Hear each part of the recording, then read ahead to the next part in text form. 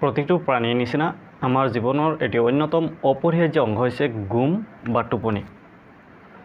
আমি গোটেই দিনটো পৰিশ্ৰম কৰাৰ অন্তত আমাৰ শৰীৰ আৰু আমাৰ ব্ৰেইন এই দুটা বস্তুৰ ৰিলাক্সৰ প্ৰয়োজন হয়। আৰু ৰিলাক্স মানে হৈছে আপোনাৰ এটা পৰিপূৰ্ণ এটা পৰিত্যক্ত ঘুম বা টোপনি। কিন্তু বহুতৰ ক্ষেত্ৰত এনেকুৱা দেখা যায় যে গোটেই দিনটো পৰিশ্ৰম কৰাৰ অন্তত ৰাতি যেতিয়া শুব যায় তেতিয়া টোপনি নহয়। গোটেই ৰাতিটো উজাগৰে কাটিবলগীয়া হয়, কেতিয়াবা ৰাতি ইকাতি কেতিয়াবা ৰাতি সিকাতি, মুঠতে টোপনি নাই, যাৰ ফলত আমাৰ শৰীৰত বিভিন্ন ধৰণৰ বেমাৰ বিভিন্ন ধৰণৰ ৰোগে দেখা দিয়ে। হয়, নমস্কাৰ, মই ডক্টৰ আবুল হুছেইন, আয়ুৰ্বেদিক চিকিৎসক। আপোনালোকে চাই আছে সম্পূৰ্ণ নিৰাময়।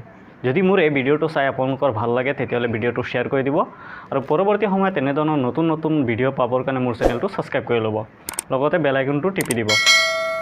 আজি মই এই ভিডিঅ'টোত আলোচনা কৰিম টোপনি নোহোৱাৰ কিছু কাৰণ আৰু ইয়াৰ বিজ্ঞানসন্মত সমাধান। গতিকে ভিডিঅ'টো স্কিপ নকৰি প্ৰথমৰ পৰা শেষলৈকে চাব। মই আশা কৰিছোঁ এই ভিডিঅ'টোৰ পৰা বহুতৰে উপকাৰ আহিব। প্ৰথম নম্বৰ, গৱেষণাৰ পৰা দেখা গৈছে যে আমি গোটেই দিনটো পৰিশ্ৰম কৰাৰ অন্তত ৰাতি যেতিয়া শুব যাওঁ আমাৰ টোপনি নহয়। নানান ধৰণৰ দুশ্চিন্তা, নানান ধৰণৰ টেনশ্যন মনলৈ আহি থাকে। আৰু এই সমস্যাটো সমাধানৰ কাৰণে এটা পদ্ধতি আছে, যাক কোৱা হয় ৱৰি টাইম, অৰ্থাৎ ইয়াৰ অসমীয়া অৰ্থ হৈছে দুশ্চিন্তাৰ সময়। আপুনি ৰাতি শুব গ'লে আপোনাৰ মনলৈ যোনবোৰ দুশ্চিন্তা আহি আছিলে, যোনবোৰ টেনশ্যন আহি আছিলে, এই টেনশ্যনবোৰলৈ ভাবাৰ কাৰণে দিনত এটা নিৰ্দিষ্ট সময় ফিক্স কৰা, ধৰক 3টাৰ পৰা 4টা বা 4টাৰ পৰা 5টা, এই সময়খিনি আপুনি ফিক্স কৰিলে যে এইখিনি সময়ত মোৰ যিমান টেনশ্যন আছে, যিমান দুশ্চিন্তা আছে, এইখিনিলৈ ভাবিম। তেতিয়াহ'লে আপোনাৰ এই ৰাতি শুব গ'লে যোনটো সমস্যা হৈ আছিলে এই সমস্যাটো আপোনাৰ দিনতে সমাধান হৈ যাব আৰু ৰাতি আপুনি শুব গ'লে আৰামত টোপনি মাৰিব পাৰিব। আৰু যদি ৰাতি শুব গ'লে সেই একে সমস্যাটো আকৌ হৈ আছে তেতিয়াহ'লে এইটো নিজৰ মনৰ পৰা এভইড কৰিব লাগিব যে এইটো আজি নকৰোঁ, এইটো কালিয়ে কৰিম বা এইটোলৈ কালি ভাবিম। তেতিয়াহ'লে এনেকৈ যদি আপুনি কিছুদিন কৰে চাব যে আপোনাৰ এই সমস্যাটো সমাধান হৈ যাব। নাম্বাৰ 2, কিছুমান খাদ্যবস্তু আছে, এই খাদ্যবস্তুবোৰ এৰি চলিব লাগে। যেনে চাহ, কফি, কিছুমান চফ্ট ড্ৰিংক আছে, এইবোৰ এৰি চলিবলৈ পৰামৰ্শ দিয়া হয়, কাৰণ এইবোৰত যথেষ্ট পৰিমাণে কেফেইন থাকে আৰু কেফেইনে কি কৰে, আমাৰ টোপনি হ'ব নিদিয়ে আৰু টোপনি হ'লে টোপনিটো গভীৰ হ'ব নিদিয়ে। সেয়ে যিসকলৰ টোপনিৰ অসুবিধা আছে তেওঁলোকক এনেধৰণৰ খাদ্য সম্পূৰ্ণৰূপে বৰ্জন কৰিবলৈ পৰামৰ্শ দিয়া হয়। আৰু যদি সম্পূৰ্ণৰূপে বৰ্জন কৰাটো সম্ভৱ নহয় তথাপিও টোপনি যোৱাৰ 6 ঘণ্টা আগত এই খাদ্যবোৰ বৰ্জন কৰিবলৈ পৰামৰ্শ দিয়া হয়। তেতিয়াহ'লে কোনবোৰ খাদ্য খাব সেইটো লৈ পিছৰ পইণ্টত আলোচনা কৰি আছোঁ। নাম্বাৰ 3, আপুনি টোপনি যোৱাৰ ঠিক আগে আগে 1 গিলাচ গৰম গাখীৰ খাব পাৰে। আৰু গৱেষণাৰ পৰা দেখা গৈছে যে গৰম গাখীৰত যথেষ্ট পৰিমাণে ট্ৰিপ্ট'ফেন থাকে আৰু ট্ৰিপ্ট'ফেনে কি কৰে, আমাৰ বহু লম্বা সময়লৈকে টোপনি মাৰাত সহায় কৰে। সেয়ে যিসকলৰ টোপনিৰ সমস্যা আছে তেওঁলোকক টোপনি যোৱাৰ ঠিক আগে আগে 1 গিলাচ গৰম গাখীৰ খাব পৰামৰ্শ দিয়া হয়। নাম্বাৰ 4, নিদ্ৰাহীন ৰোগীসকলক আৰু এটা চিকিৎসা পদ্ধতি শিকোৱা হয়, সেইটো আপোনাৰ উপকাৰ আহিব পাৰে।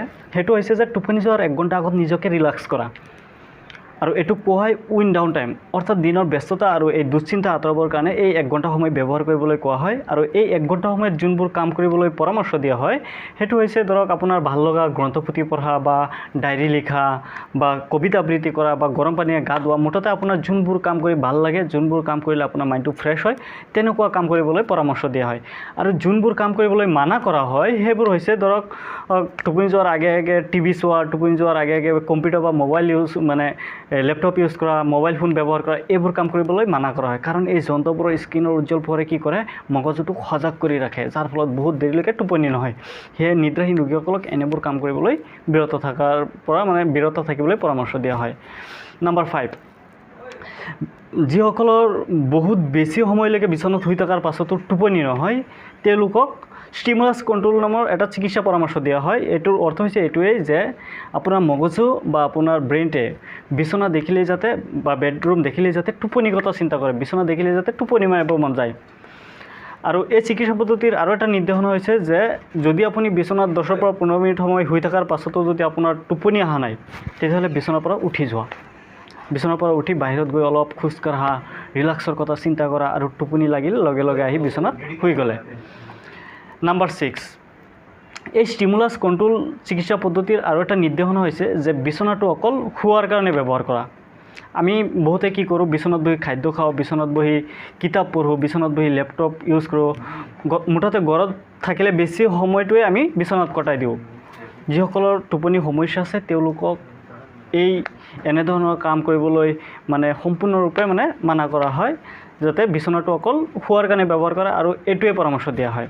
নাম্বাৰ 7 টোপনি যোৱাৰ আগে আগে বহুত বেছি পৰিমাণে খাদ্য খালে বহুতৰে টোপনি নাহিব পাৰে। বহুতৰ এনেধৰণৰ সমস্যা আছে আৰু যিসকলৰ এনেধৰণৰ সমস্যা আছে তেওঁলোকক ৰাতিৰ খাদ্যটো টোপনি যোৱাৰ ঠিক 2 পৰা 3 ঘণ্টা আগত খাবলৈ পৰামৰ্শ দিয়া হয়।